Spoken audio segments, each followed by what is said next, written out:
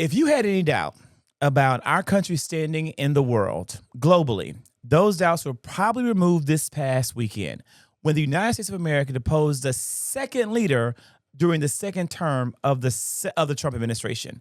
We already deposed the leader of Venezuela, and this past weekend we initiated airstrikes against the nation of Iran, where their supreme leader, Ayatollah Khomeini, was killed, was assassinated, his life lost. And not only his life, but the life of a number of Iranian leaders and their spouses and family members. And that opens up and begins this week's episode of Kings at the Table, where I'm joined by noted Atlanta influencer Candidly Said. Welcome, Said, to the table. And author and environmentalist William Christopher Skindred. Chris, welcome back. Thank you. It's great to have you both here. And we're going to just jump right into the big topic that, I think many people across America are talking about, and that is the war. I can't say it. I don't think it's fair to say it's a war because Congress has not given approval for it to be a war. We will say the ongoing retaliatory strikes, preemptive and then retaliatory strikes against the nation of Iran. Did you think that we would be here this fast? Hell no. I mean, I don't think any of us went to bed. What night was that? Friday night? It was Friday night. And we woke up in the morning and we're all like, what the actual fuck? I mean, I made a video immediately when it happened. Like, Yes, I was woke. I was up. Of course I was woke, bitch. Of course I was. But I was up at 2:02, I think is when I got the alert. And I posted a video around 2:34 that this has happened. And my first question was like, who does this without congressional approval? Like, when did we just completely disobey or just completely disregard the law, right? Well, that started on January the 20th of 2025 when Donald J. Trump was inaugurated for the second time, and he initiated a flood of executive orders that actually completely overstepped congressional oversight and the work of Congress and what he was doing with Doge. So he's done it since day one of being inaugurated. Yeah, I mean, it was very remembrant of the Venezuelan kidnapping of the Venezuelan leader. Like, that's what it brought me back to times 10. And I mean, I think we've had long-standing issues with Iran. Sure. And so it was almost kind of like PTSD happening all over again, pun intended. Like, what the fuck is going on? Are we really about to go back into this? The Middle East. And what does this mean? Because the last time that I remember this happening, it was 2008. I was in middle school. My parents could barely afford to get gas. That's the first time we saw gas break $3 a gallon, and it already has surged. Like I had to Sunday. put premium gas in my car, and gas today is $4.09. It is $4.09. What was it on Friday? On Friday it was like $3.54. Yeah. Wow. Yeah. And something told me to fill up the other day too. No, I think the conservative argument right now is that this is not an act of war, that the president of the United States has jurisdiction and rights to strike another country or another entity if it's in the best interest of America and its allies.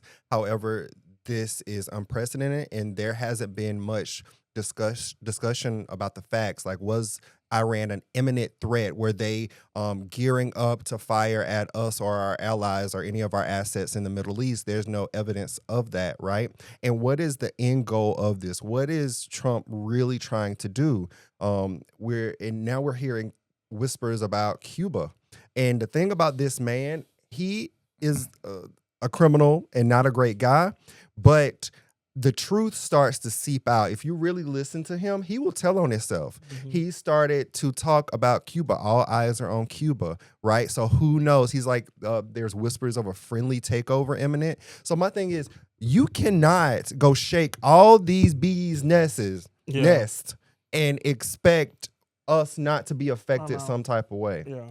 I think we are being affected. I think that people are, again, Americans immediately are feeling the impact at the gas pumps, despite the fact that we've taken over Venezuela and we have their oil, which is interesting. we've attacked Iran, but before we attacked Iran, we went to Venezuela, and now we've captured and embargoed all of that oil that they have. It just maybe hasn't hit. Which but makes you feel like it's part of. I'm just saying a big. That's what I'm saying. That's a great connection. That's something to think about in regards to where we are now, and and wondering about what is the actual Cuban connection and why that is being spoken of and why it's happening. And again, what's the bigger picture and what does it mean globally for our standing in the world? Because Americans across the entire globe are now at risk. They're being threatened. They're being told to leave places where they have homes, where they have jobs, where they have careers and families. Because again, I think that they're at risk. And when you are attacking people and they're losing lives, they're losing families, they're losing their livelihood, people will do things that are unheard of in retaliation. And when you think about it and you're thinking about like, where is this going? And you said it, I think, Christopher, like, what's the end game? I don't think that we know. I don't think that there is. Now, according to Secretary of State Marco Rubio, there was an imminent threat supposedly against our ally Israel, and that's why the United States attacked. That is what they're saying. But the story continuously changes. But that's what happens to stories that are being fabricated in real time. They continuously change. Yeah, and I saw that the Iranian leaders were saying death to America. And who doesn't at this point? Like, we hear I know, but I'm scared because what the fuck? Okay. And I think all of us on the social media sphere, all of the black people, right? Because black people could never take anything fucking serious. So we got to find a joke or something. Everybody was like, it's not us. Like, we didn't want this. Like, you know what I mean? Like, we didn't know this was happening. He didn't call us and let us know that this was coming. And so it's scary, like, to take the humor out of it, though. For real, it is terrifying, because it does make me think, what does that mean for us as we sit, as part of, like, well, we no longer sit as part of the United Nations. We're not going to the council meetings or the summits or anything like that, but as we sit as this larger part of the global society, right? Like, in our international affairs and, like, working with other countries, and what is, like, are we just completely burning every bridge? And why are we burning every bridge? And why? What is the goal of American isolationism, and who does that benefit? Because it doesn't benefit America, no, but it definitely benefits our adversaries who have been a long time isolated, like Russia. And isolated America benefits Russia and makes us more vulnerable to future attacks from them when we have no allies to protect and support us. Yeah. No, I woke up Saturday morning and I don't tweet anymore. I don't believe in the Twitter or the X or whatever it's called, but I wrote on Threads, and I just said this because I was so full of emotion and I was so angry. I said, dear Iranians, we the American people do not condone this attack. We do not support this president. We believe he stole the election. We are not supportive of him. We are he stole our country too. Shit. Exactly. Shit, we victims. We are a country of peace and diplomacy. And for some reason, I forgot that half of this nation still supports that man in office, and they ate me up. For real? They tore me a new one. I had like 419 angry comments. They called me the R word. And I'm like, I don't even think we can say that no more. And I mean, they can. They can say whatever they want to say. Yeah. They will believe anything this man says. And then I deleted it because I was like, well, they will eat me up. There's no reason to argue with fools. And I'm like, what kind of media are these people listening to? Like, what is the education of these people? Do these people not understand international affairs, and do they really understand national security? Well, I mean, even in that, right? Like, when you ask, like, what are they listening to? What are they looking at? Well, we know they are looking at Fox News. I mean, that's no motherfucking question. But aside from that, like, there have even been, and I'm sure, Zach, you've had these conversations where, like, there's a lot of censorship happening. So, like, I saw. I can't remember who I was watching, but somebody was basically saying, like, make sure that you're actually, like, going in and, like, doing research on what is actually happening in Israel and Dubai and Iran, because there's a lot of censorship that's happening on the platforms because of the government. And we're not really, as Americans, truly seeing the destruction that's happening. right? No. Yeah. And there's a lot of misinformation as well. Mm-hmm. And it's only spreading. It's only getting more and more pervasive. We don't know where this is going. We don't know what the actual outcome or even the intended outcome will be. And all I can say and know is that it's going to probably have dire consequences for, I think, the American people over the long term. President Trump has said this is expected to be a 4-week engagement. I don't see how this is resolved in 4 weeks, but he said this is going to take 4 weeks, and there will be the loss of American heroes in the process. And we have already seen that. We have confirmed that 4 American service members have lost their lives already in the conflict, but there are rumors that there are more lives lost that's just simply not being talked about or being shared. When you talk about what America needs to do now and next, I think key part, and especially for those of us who may not be agreeing with the direction that our government is taking, is having people who are able to fight against the party that's in power, the opposition, particularly Democrats. And we saw this past week a viral image of Georgia Representative David Scott being wheeled into the State House to qualify for reelection. Congressman David Scott is 80 years old and, can't say he can't walk of his own volition, but we know that he wasn't able to walk on that day to go to sign in. Definitely did not look strong and like a fighter. That day, we had the opportunity to interview 2 of the people that are running for his seat, Dr. Evelyn Kimes as well as Mr. Everton Blair, both highly qualified people to sit in that seat, but he's running again. And because he's the incumbent, he's a front runner. He actually is polling number 1. I want to know what you guys think about this, about this Democrat, running. And even questions that you may have, because I have a lot to say about it. Well, I was taught to respect my elders. He is an elder. He is an elder. And so I'm an elder. You don't respect me? Zach, fuck you. See, that's what I'm talking about. I was taught to respect my elders, and the only thing I have to say is this, right? And I said this when we talked about Biden many years ago on your very platform, and the concerns about his health, and we ate you up that day, and y'all ate me up, and but I'm not changing my message. The same sentiments are here today for Representative David Scott, right? Like, we have to address the things that we see. Right. And we also, this is not a time where we can afford to be met with people who are not fully capable, able-bodied, and not to say that he's not mentally sound. No, but I mean, this is not the time to be doing it, to be playing those types of games, and to be standing on that type of rope. You know what I mean? And so, and just to clarify for the listeners, when you say able-bodied, it's not because he's in a wheelchair that he's not able-bodied. Right. It's that the health. I mean, he's an 80-year-old man. Correct. The other things that have led to him being there. Yes. You can be in a wheelchair and be more than able-bodied to do the work. 100%. But you got to have the mental state and acuity to do the work. And the clarity, question is he there mentally? And is he there? Right. I have watched several videos of Representative David Scott, and he does not, from my purview, and to mind you, I would also like to preface, I am not a medical doctor. Okay, I major in business and pre-law, so I don't know much about people's diagnoses and how they are. But from what you saw, from what I could see with my eyes, and I can only go off what I can see, he don't seem to be all the way there. So it's a concern for me. But when he was confronted by Everton Blair, who's running for that seat, he wasn't able to communicate with him effectively. Yeah. I think what I care about a lot, there's another congresswoman, I'm not sure of her name, but there's a lot of media surrounding his Representative David Scott's voting record, and that he has not voted in the past few years. That is Dr. Jasmine Clark, who is a professor at Emory and is a biologist and also a trained certified nurse and professor of nursing, and she is the one who has put a lot of that out there. She too is running and is polling well.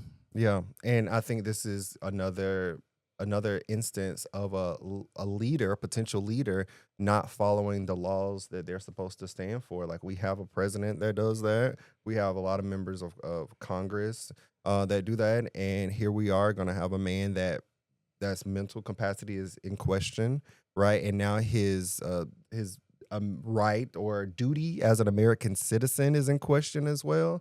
I think we really need to take a long look and a hard look on what it means to represent the people of the United States. I agree with that. And I think that, again, there are three amazing candidates who are running. In addition to those three, let's call it out. You also have, Georgia State Senator Emmanuel Jones running for the seat. So you have 4 strong candidates who are running to replace this man, yet he is still running. Do you think that makes him selfish? Yes, absolutely. He should step down. He should step down. And I think if I had any feedback, I'm in my corporate bag. If I had any feedback for his performance fucking review, I would tell him, it's time for you to bow out. And that's my biggest frustration with a lot of the older generations, is that they don't know when to step away. You know what I mean? Like, we spend so much time talking about prepping the current generation for the future of leadership and what they are to become. But when there are people who are just as impressive, like Everton, who are stepping up to the plate to do the work, who's Harvard educated, who has the rap sheet, right, to really be able to step in as a junior representative and kind of come in and like really take us to the next level, you don't want to do that. Even though damn well. But what you if can't David even have a Scott feels conversation as with though? him. What if David Scott feels as though that none of these people are at his level of expertise? Well, if he can have those feelings about them being having none of the expertise, he should be able to have those same fucking feelings about himself when he looks in the mirror. This reminds me of, and I'm not gonna. I don't know a lot about David Scott, like his stances and how good of a person he is. He was a good congressman. Okay, so it reminds me of Ruth Bader Ginsburg during the second half of the Obama administration. Remember, like, she was, she broke glass ceilings, she did all these amazing things, and then we as the Democratic Party, we were calling for her to step down because we didn't know which way the 2016 election would go, and we knew if we got a Republican administration that they would, that it was a possibility that one of the few Democrats that we had, something could happen, and then and it did, and it happened just like that because Ruth, she did not step down, and she was still alive and still in her position when Trump got elected the first time, and when she died, God rest her soul, they put in a Republican. But don't y'all think in a way it's kind of like their way of clinging onto life? Because they've been doing it for so long. They work for that. They feel like if they let it go, they almost kind of let go of life. I honestly believe that when you get to that age, that part of it is connected to the clinging of life and the fear of death. Of knowing that if I let this thing go that has what am I gonna have? And then what does that now mean for the piece of life that I do have left? Because they recognize that they have more years behind them than they do in front of them. And so I almost feel like it's connected to that in a way too. Who's the dude that falls all the time? Or in the Republican Party? Mitch McConnell. Okay. Yeah, Senator McConnell. Listen, Sorry. that is, that's a personal problem. Yeah. That's something that if that is his reality, I'm not saying it's his reality, but if that's his reality, he needs to sit his ass down, take it to the Lord in prayer, and come to terms with mortality and the future that lies before him, not the days that have existed behind him. And that goes for all of us, right? That is what it means to be a Christian, and what it means to know the Lord, and what it means to, even though I know, like, our producer over there, he doesn't believe in none of that shit. We told us that last week. But when you look at why they're there, I do not think that's the case. Like, I'm going to give you my personal, what I think. Number one, I think part of it is the fact that many members of any organization, not just Congress, who want to stay on forever, have not taken the time to prepare their successors, nor have they taken the time to invest in the next generation. So therefore, they don't know and believe in the next generation. That's part of the problem. Number two, I also believe that this is a matter of the people that are being paid and supported around the candidate. A lot of these people have family and friends on payroll who work for them and they don't want those people to lose their jobs, and inevitably they probably will lose their jobs because you've lost that seat, and that person who wins the seat will bring on their own people. Yeah. I think that's a part of it. And I think the third thing is that there are people behind the person, especially the way that Congress works, who are not wanting that black voice to go away. Because what happens is he's a ranking member of the Agriculture Committee. So when he leaves that, there won't be there will be no black person on that committee having an influence and an impact and a say pushing out resources to the community. So there are people who say, don't leave because you're the only person we have on that very powerful, very influential committee where you have black farmers being hurt and disadvantaged at a huge rate. So there's a lot of those factors there. But at the end of the day, you're no good to anyone dead. And the reality is you may die. If your health is not well, be honest about the situation that you're looking in, and do not be like other members of Congress who have passed away in the seat, like Sheila Jackson Lee, her replacement Sylvester Turner, and then having that seat open for months, almost a year in Texas. Your people not having representation, and then someone getting that seat who may not be the best person for the seat. And I'm not saying that Christian Menifee, who is now sits in her seat, is not the best person. I don't think he is. He's not who I would have wanted in that seat. He's not the candidate I would have seen. No, not shading him out of probably like, he's like, why the fuck am I taking strays from this nigga all of a sudden? But I mean, I just, don't want to see a black man like you in that seat. I want to see a strong black woman like Jolanda. I want her to win that seat because we need more firebrands. We need more people who are ready to fight and who know the fight. I'm tired of seeing men in suits just smile all day and take cute pictures.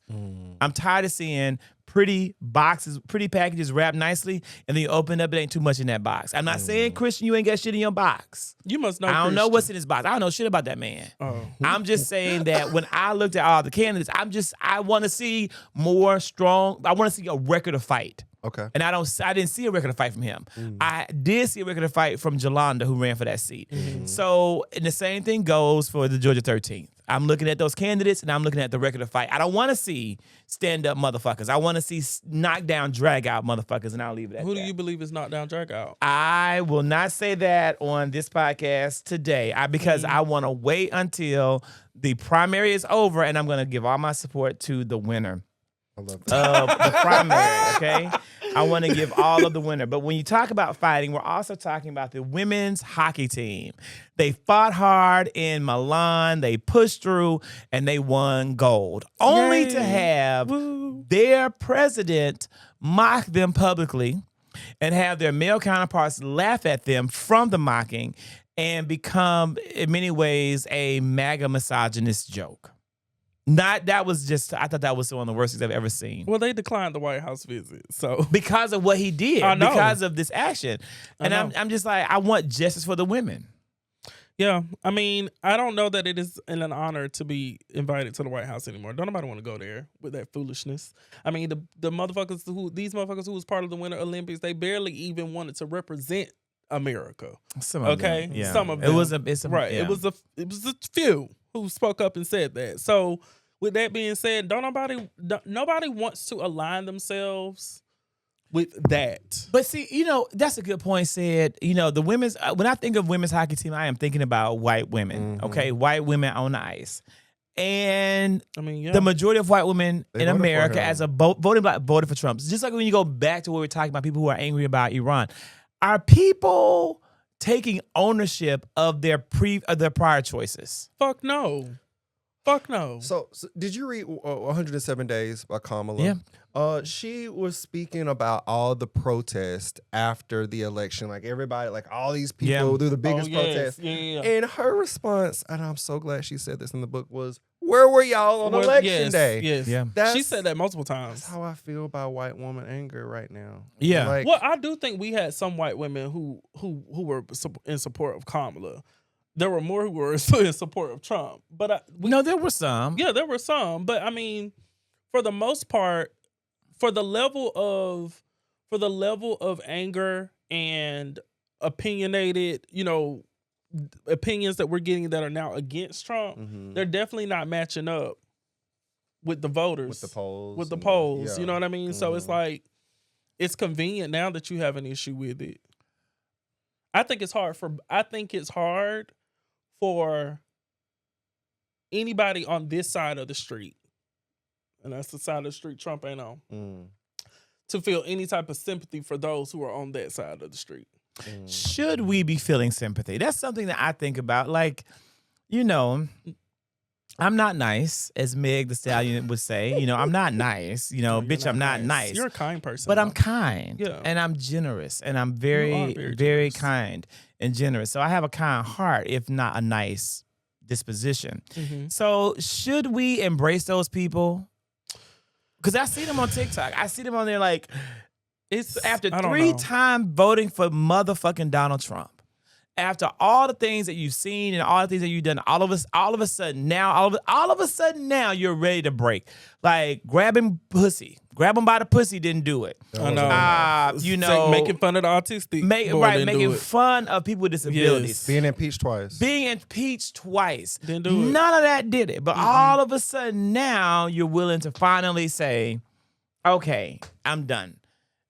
Should we be embracing people say, come on over, we want you in the Democratic Party, we want you? It's I don't know. Sometimes I try to think about what Michelle Obama would say, but I don't even know what she would say anymore. I don't know.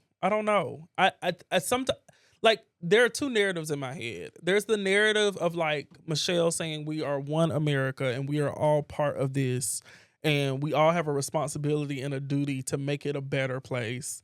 But the circumstance has changed so drastically that I don't know what one America looks like anymore. I think we could see it, even though there were, there was always the Republican and Democratic Party, and there was always that line in the sand. But I felt like there used to be a time where we could step over the line, you know what I mean, and like come into each other's territory.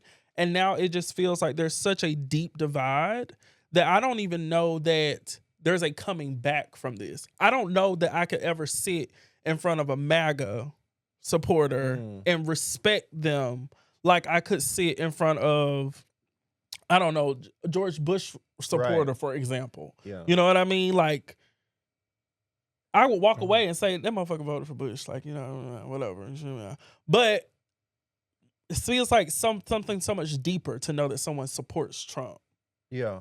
I think these are unprecedented times that we're living in politically, and with the people that hold the highest offices in the country. The time that you speak of, I can just think of like right after 2001, after 9/11, how the American identity was so unified no matter what side of the aisle you were on. And I think that was a big reason Bush won by a landslide with his second election, right?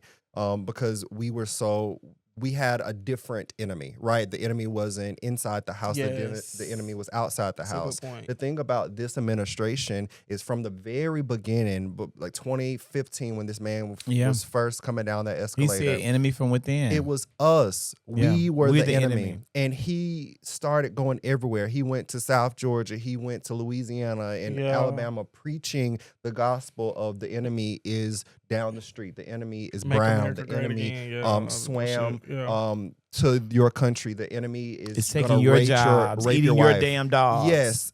So that's how a lot of these people look at us. And you say you're kind, you're not nice. I am nice. And I'm still having a hard time with this. I have, and I talk about this in my book. There's a redheaded white girl from my hometown. She still lives there, and we've been talking a little bit, mainly about the topics that I covered in my book, but I'm so afraid to link back up with her because I remember during the election, she was such a Trump MAGA supporter, right? And I remember her making a post that said, when Kamala was the front runner this last time, she said, anybody but her. And I will never forget that.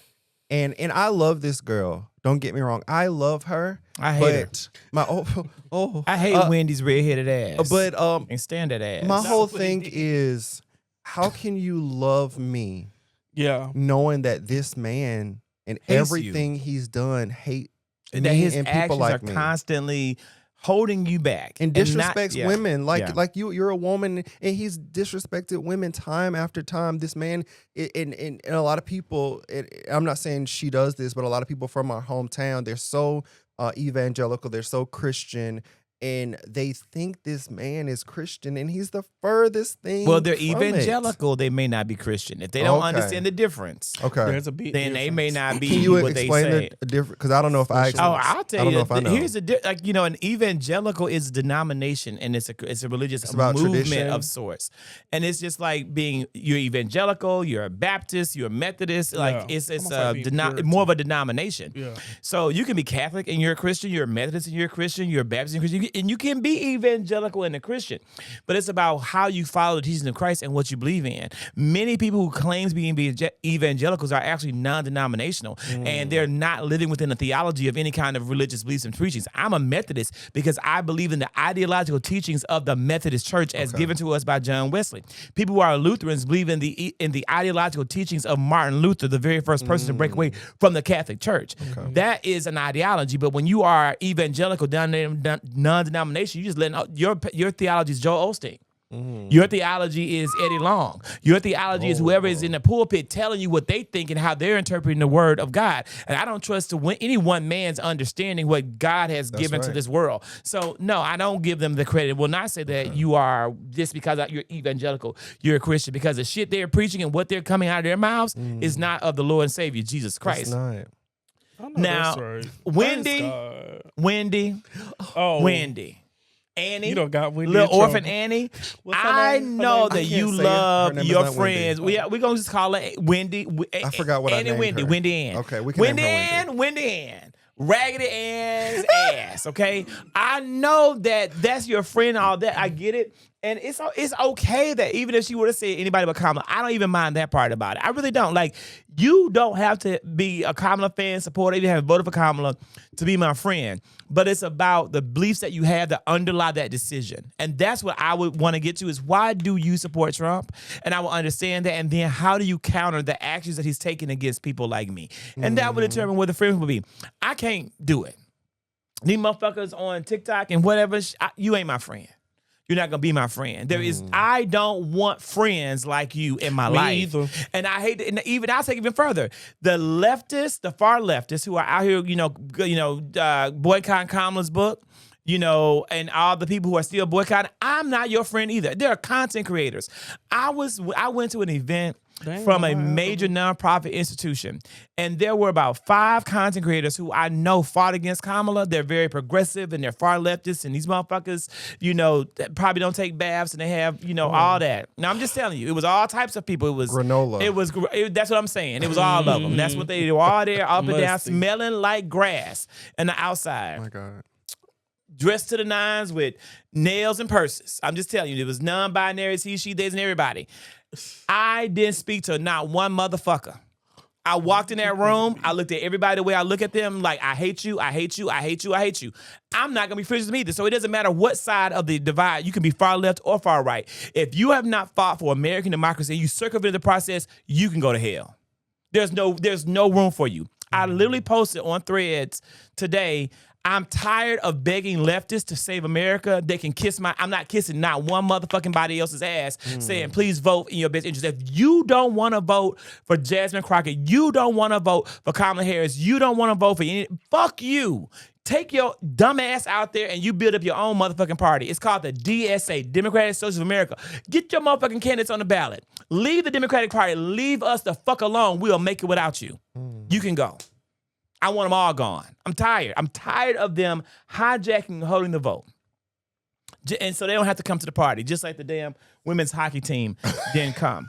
Because we circle we right got on back. bigger issues on the table. God damn it. Trans people cannot fucking drive and exist in Kansas.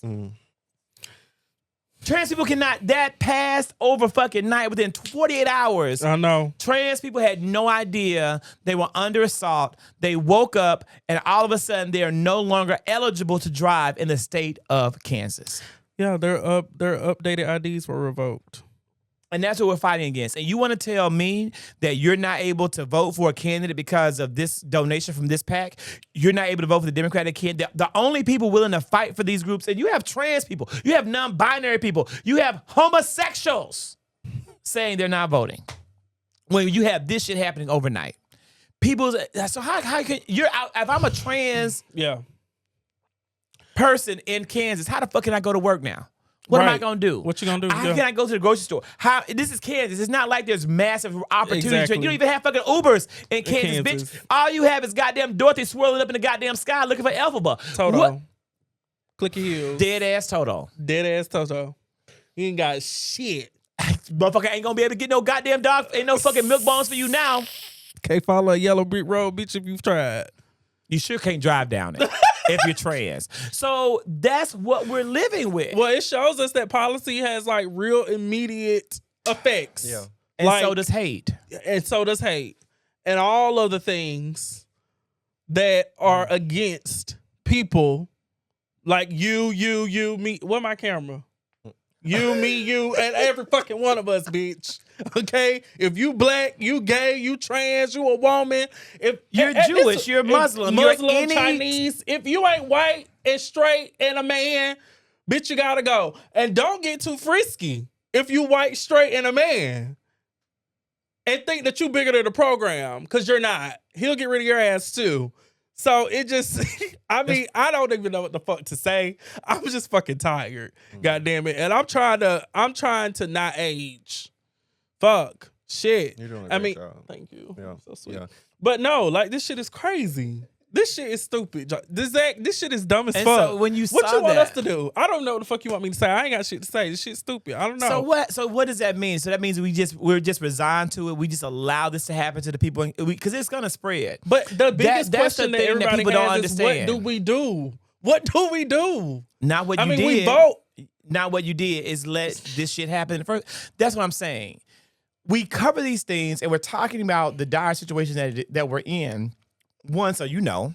But Yes. also so that you look at Awareness. what can you do. Yeah. What you could have done was vote differently. Yes. Because we're all one law away from our own end. Mm-hmm. Yes. We're one bill away from slavery being reenacted. That's all it takes is a stroke of a pen. It only takes a stroke of a pen. And slavery was legal at one point. That's what I'm saying. Yeah. The law is written and it makes it the law.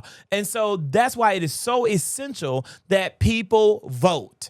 And when you have anyone out there from any side of the party telling you not to do that or making it hard to do so, they are not on your side. They are the opposition. And that is the whole point of it. There is nothing we can do now because that is done. The people can only now fight to get people in Kansas out of office and get the people who are going to fight for them in office. And that's going to be a long, hard process. And that goes for all of us. And what I need people to understand is that when sometimes this shit happens in one state like Kansas, the Republicans in other states copy the model. Yeah. This is going to be copied around the country. They're the first state you're going to see this happen in other states because that's how Republicans networks work. Sure. Yep. They all sit at the table together. And it's some scary shit. Mm-hmm. Just like Shia LaBeouf said that gays are scary. He's fucking scary. You know, and in this interview that he made, he said that, you know, that gay men were scary. And I listened to the interview. Were you guys able to see this? Yes. Was he valid? This triggered me. Okay, tell us about, because he this literally triggered me. said that big gay men people are scary. Yeah. Yeah, and the rest of the interview, he went on to say that it was either his dad or his uncle. They were raped by, I'm assuming, a man at some point. So he has that fear embedded in him because he was taught that from his father. And I think I've experienced this firsthand with going in heteronormative spaces, knowing that men specifically are fearful of me. They're scared that I'm going to touch them, scared that I'm going to go around them. So I do actively distance myself physically from them. And my whole thing is, what, as a gay person, I don't remember in recent history being that attracted to a straight man. First of all, I am not straight. God forgive me. They It's don't the clean truth. their ass enough for me. When I see a straight man, nothing in my body, my wee wee does not stand up. I have no physical attraction to a straight man because they're not my type. They're not. They I just like don't do it cleanly- for you. Yeah, they don't do it They to just me. don't do it so it's for you. hard for me to believe in 2026 that gay men saw Shia LaBeouf, who is a known celebrity, and was like, "Ooh, let me touch on this man." It's hard to believe. I'm not saying he's lying. Was he I'm sober? saying he was not. He's in a bar. He may not have been. He was in a bar. He was in a bar. So he's saying that they were groping him, right? So if anybody is groping you, you have the right to defend yourself and get them off of you. But it's just very hard, and maybe it's because I'm biased. I'm living in Atlanta, and I can't imagine. You also, in Atlanta, we definitely have probably significantly more attractive gay men than what we do in terms of straight men, and definitely people who look significantly better than Shia LaBeouf looks today. Okay, he looks like he doesn't look the best. I got a picture. He might look like Wendy Ann's uncle. I'm just saying. Wendy, if you are watching this, I love you. We love you, Wendy Ann. I mean, I don't, but he do. I mean, he looked like this. Yeah, we're gonna have the picture. The picture will hopefully be up. He looked like he don't clean his fingernails. Let's be fair. There are gay men who are super predators. Sure. Let's because I saw an article where like they in WeHo they drug people. And it happens. So maybe it was happens here. Shit. Yeah, I mean, it may have been a super predator who was at Shia LaBeouf. Possibly. But also, two things can be true at once. It could have been a super predator that was after him, but it also could have just been some internalized homophobia or just homophobia in general. It was definitely internalized. It was definitely internalized. There was a tinge and a of lot of fucking homophobia projection because you look like a damn roach. And he Don't said nobody a want roach? He looks like a roach. And he said he was triggered. He said that he was scared because of what his dad taught him. He said so that was but internalized. that also speaks to how much straight men are, how much fear is instilled in straight men about gay men, about the act of being gay, about the act of being effeminate, about anything remotely outside of masculinity. You know what I mean? And so like there's so many things that were being said that were not said by him. You know what I mean? Like, and it's just I mean, I'm sorry to that man. I hate that he went through that, allegedly, and it just makes the world even scarier for people like us. To occupy any space. And I think I talked about this, like going to the barbershop and it's a bunch of straight black men. Like, I'm not going to join in the conversation. I'm not going to get close to you. I'm not going to do anything for my own safety. And some of them I'm not going to go. I don't go to the barbershop. Like, I am. My barber is a lesbian. And I think that's something that really, like, that's what I'm talking about. Like, I have been through when I didn't have the means in life to have to sit through that shit, and I have gone the fuck off in barbershops. Really? Let me tell you something. Oh, God. You have no idea. Why you going off in them Y'all have no, I hate to even say it, because again, I'm not nice. You have no idea the spaces in which I have literally exploded and cut the fuck up about just, oh my God. Yeah. I would pay to see it. No, I would not. I mean, that's in so a barbershop, unsafe. I had a barbershop. I was getting a haircut.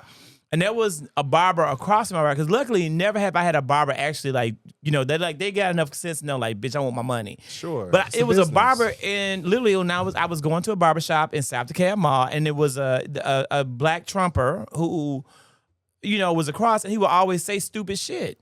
And it was just the wrong fucking day. Yeah. And that was my last time going in there. I walked by now, and I literally, like, throw the bird up. You said something to him? Yeah, I went off on the whole barbershop. Oh. What they said when you got done?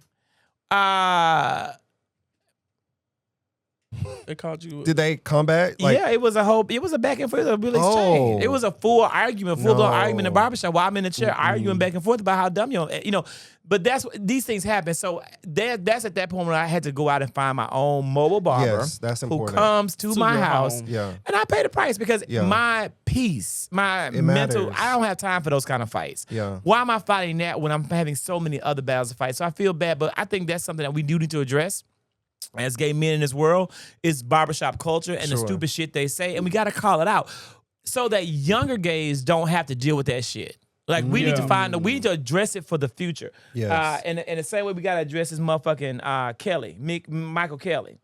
What's the woman's name? Hold on, give me a minute. Let me get my story straight. Tyra Banks? No, I'm talking about, did you not, Kelly Michael. Oh, the bitch that hit her son? Kelly Michael is angry. a 27-year-old brorilla who beat who beat her autistic son because he kissed another boy on the cheek trying to make him feel comforted after an injury. And I just say, when you talk about homophobia, when you talk about hating gay people, this to me is a personification and the more granular the trans law, the Shia LaBeouf, right here in the black community in Miami. I think I saw this story and I was heartbroken. Let me add some more context. Yeah, add more context to Kelly Michael. Is, you said you've already spoken, he's autistic, but he's 7 years old. 7 years old. Oh my God. Was visibly, he had visible welts, bruises. He was visibly hurt. She beat him. Yeah. You know what I mean? And I have a personal tie to this because my sister is in school to become right now she's a registered behavior technician, but she's in school to be a registered behavior therapist. So she works with autistic children every single day. My mother has worked with autistic autistic adults in day centers. So I have a very special tie to those folks who are neurodivergent.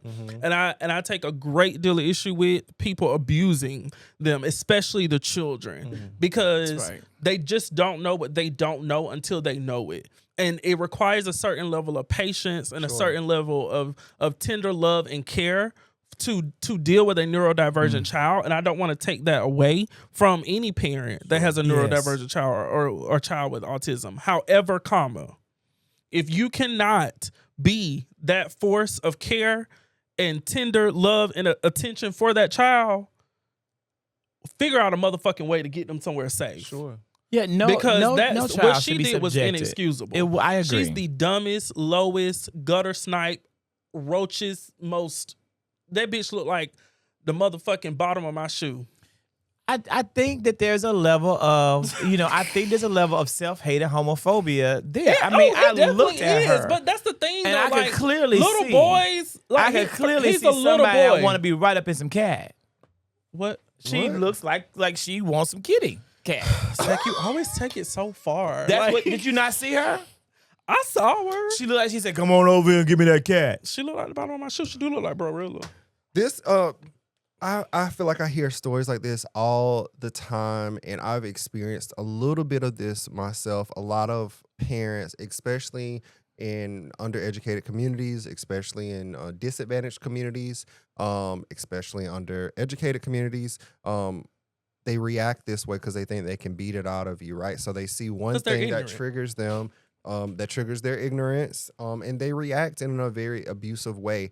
But when I read this, I was like, oh, this is Florida. But it's another red state that doesn't have the apparatus, or that their administration have taken away the apparatus for medical attention, for resources on for kids with neurodiversity, for parents, like supportive parents. We're going to see more and more of this happening as these conservative policies get pushed through and medical and educational resources get taken away from these communities that need it. You're going to see more and more of incidents of kids getting hurt, of people being discriminated against because of this administration not pushing medical, mental, and educational resources. Oh, you're right, and it's needed. It's definitely needed. and it's needed for the. I call them the puzzle piece babies because that's their logo, the little puzzle. The puzzle piece. I like the puzzle piece babies. That kind of wraps up the planned agenda for the most part. Only other thing that we had to kind of talk about was the America's Next Top Model documentary. I have not watched the full documentary yet. Are you okay? It's only 3 episodes. It's 3 episodes, but I've been very busy. You have. You read the let's not forget. Let's not pretend like I don't work a full-time job that's really hard demanding, and then at night do my work as a content creator. So I definitely haven't had a chance to watch it. I did see my little clip where they took my little. They did. I noticed. I was like, oh my God. Sick. Run the clip. So You're on there. Yeah, we can run the clip right here because it's mine. Okay, that's my content. Yeah. At no point did Netflix and American Next Top Model ask me for shit. Okay, they just took it off of TikTok and they just threw it on there. They did offer one lady, I think $250, who's an attorney, and she declined to let them use her content. The rest of us just stole our shit and put it up there. But I didn't mind. I don't really care. It is public domain. I don't give a damn. Yeah. I have seen the online discourse about Tyra, and people seem to be like not holding her in a positive light. No. But is that fair? Yes. I always wonder, is it appropriate for us to take someone's actions in the past and put them in the context of today? Yes. Well, why were we mad about it when she was doing it in the motherfucking 2000s? Well, I wasn't old enough to be mad. Because I'm young. You were just pumping around the house in your heels, spinning like you younger than you. Yeah, I mean, I'm just saying back then you didn't know what you were watching. You want the truth? Yeah. There were moments. I watched most seasons of America's Next Top Model because I love beautiful people. I remember. But there were moments on the show that I was angry, where I felt like that this isn't fair. That this isn't you. Why would you do this to a certain contestant? You're trying to set them up to fail. Like you're trying to embarrass them. Like literally, like why would you cut this hair like this, or why would you do this to someone's teeth? Yeah. Like yes, there were moments when I was upset and I thought it was like not fair. But on the other end of it, I thought to myself, these contestants have given consent. They are consenting to this. Well, I mean, yes. I have a point of view on it that I think and I think it more so speaks for the people who are in my generation age range. When that show came out, we were like somewhere between 7 and 11 years old. Like because I think it came out in what, like 03, 04? I was in kindergarten in 03. Yeah, it came out a long time. You know what I mean? So I was like 5 or 6 years old when the show came out. And so, of course I remember watching. I remember Eva the Diva. I remember seeing certain parts of that show over the course of in its earlier seasons for sure. Because like, let's be real, like when I was in high school, nobody was fucking watching America's Next Top Model. Like that was not what we were talking about. We were talking about Twilight. You know what I mean? Like that was I never saw that shit day in my life. Well, again, I'm younger than you. And my point being though is that there were other things that we were focused on that show was not the moment for us. And I think even the documentary said like by the time we got to the 2010s, like it was losing its like momentum. Yeah. However, what I'm saying is that there was a certain the people who remember it and who have watched it or may have seen it like myself were not cognizant enough to know that there was an issue. We were just watching a show. But now that we're 25, 26, 27, 28, 29, 30 years old, we're like, oh, this is kind of fucked up that she was doing this shit. And y'all were sitting at home watching it. You know what I mean? Like, because I think we all feel like. But is that fair? That's my question. Is that really fair? It's not fair. It may not necessarily be fair, but life ain't. Number one. Okay. Number two, when you watch the documentary, what you'll see is that she had no remorse. She didn't seem to be convicted by any of the troubling experiences that she bestowed upon those young women. But should she be? Yes, the fuck she should. But why? Because growth is a beautiful thing. They signed up for this. It don't fucking matter. You sign up for a lot of shit. That don't mean you deserve to be mistreated. Well, a lot of them were. But the mistreatment is a part of the show. That's a part of the drama of a show. Well, a lot of them were very young when they signed up for the show, right? We're talking about teenagers. And 18, 19-year-old women. They wanted to be on top. And I was older. I was old enough to I'm But were you old enough to know that it was problematic? Okay. I was, but okay. I thought it was a show. I didn't think it was real because I didn't. When she was separating the teeth for the gaps, I remember that when she was shaving these girls' heads and they were crying. I was like, "Oh, this is a show," because they're not real. Fucked up bar. And some of the commentary, it was so fat phobic. It was hella fat phobic. I was like, "This is a show." I didn't think it was real. She gave us the very first man unit on the face. Sure, when she but did she also that, gave us the reality of the model world too. And that's what I'm saying too. Yes. It's not black or white. Yes. You know what I mean? I think Tyra could have done a better job at taking accountability and being a little bit more progressive in her thinking now that we're in the modern world and things maybe are not as, acceptable as they were back then. I think she could have did a better job. But it's not as listen. But it didn't seem like is it not acceptable though? But Zach, when you watch it, you'll see that she had this smug look on her face. She did not take full accountability. She didn't take accountability for shit. Yeah. But again, and you was a bad friend to Miss J. Miss J been in the motherfucking hospital. She can't didn't walk, take accountability bitch. for that. You ain't been to see him. You sent him a text. You done been to New York let's be 10 fair. times. Let's be fair about and she had that tacky ass trench coat on. I am not. Listen, people watching this shit. That's why Do she not live in sit your ass Australia. up here and think that Mama Ass is a Tyra fan or a Tyra apologist, because I'm fucking not. I'm just simply giving the opposite perspective. And here's what I got to say to that. Now, let's be fair. Just because you work with someone doesn't mean that they're your fucking friend. No, but they were friends. Like the documentary talked Okay, they about were the friends in depth real of life? their Okay. friendship. But also too, bitch, if I don't work for you, you don't help me make millions of dollars. We sit here on the You show. owe them something. We don't talk. We don't talk outside If this you are motherfucking a show kind all the time. person. We talk maybe once a week out of this show. Yeah. However, if your ass is motherfucking crippled in a motherfucking bed somewhere in the hospital, bitch, I'm gonna come see him. you. Oh, You wouldn't come see me? I would. Oh, Yeah. okay. That's what the fuck I thought. Well, I would do more than come and see you because I'm actually a kind person. But yes, I definitely would be there. But So her lack of kindness was the issue. But my argument is she doesn't owe that to anyone. She doesn't owe him that. I think she owes herself. I think just to save her own butt. Well, I think that's too should've- late now from what I'm seeing online. Like It's a little like she late. I does. think she should have taken more accountability, and it's not fair. I think women are held to a higher standard than anybody else. We know especially that, black women. especially Yes. black Now, women, I do and agree with that. we know how the modeling industry was back then, Yes. and still is to a certain degree. We know that they weren't very accepting of girls of a certain size, girls of a certain even black color, women, yeah. But they're especially not black now. women. It's just that we're not seeing it on Yeah. a national stage. And I think it's still just as hard. It's probably, you know what? This is probably the worst moment in 40 years for black anything. Black models, black actors, black anything black right now is being shut out of almost every industry by design. Anybody black is being called DEI and they're being shut out. So over 300,000 at black women lost least their jobs this year. she was pushing for inclusivity in a way that Yes. no one had done so before. She was, and I think that's the redeeming quality of it. Okay. Is that she was pushing for something, and her vision in that, in and of itself, was something. But I agree with what Sherry Shepherd said. Okay, what did Sherry say? Sherry said, "What Canceled y'all, ass. what I said with her canceled ass. she did get canceled." I know, R.I.P. sad Sherry. days. And who ain't canceled? Jennifer Hudson. Boring ass. Screamer for We got. She's still. Yeah. Oh my God. Okay. What Sherry did say though. Okay.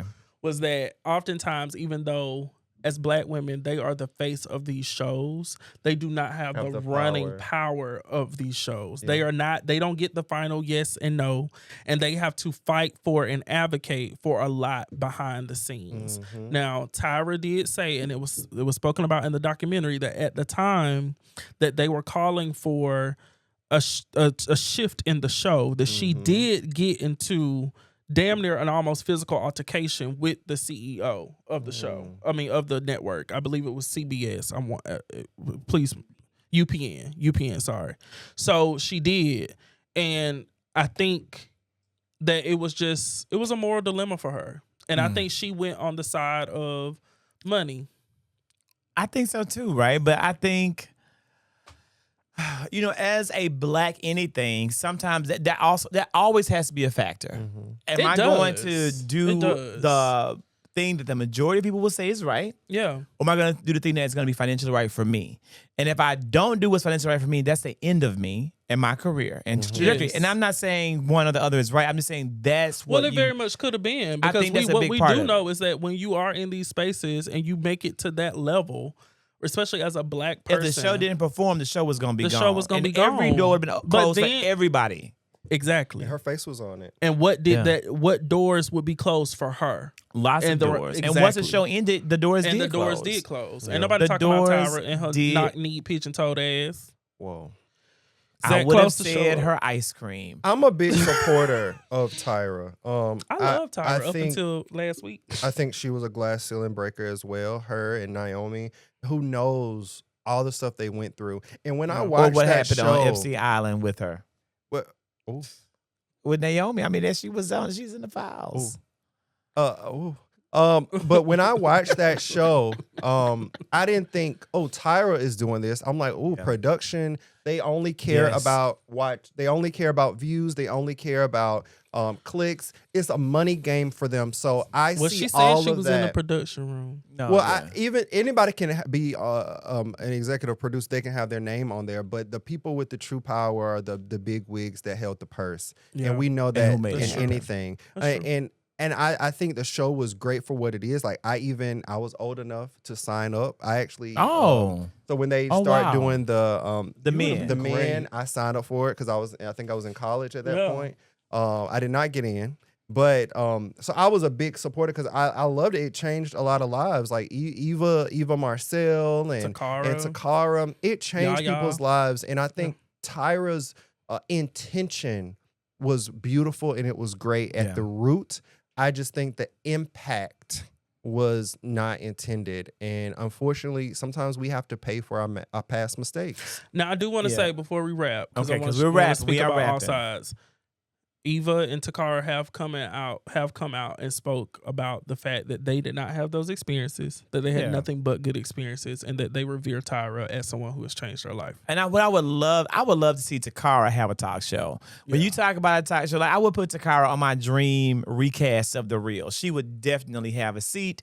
I'm a big Takara fan. I've always loved her. Instead of Big Bad Cadillac. Go ahead. She has a big back Cadillac? No, never mind. Okay, so I'm a big fan. With that being said, that is it. That's the end of this episode. We can't wait to see you back next week. We'll see you soon.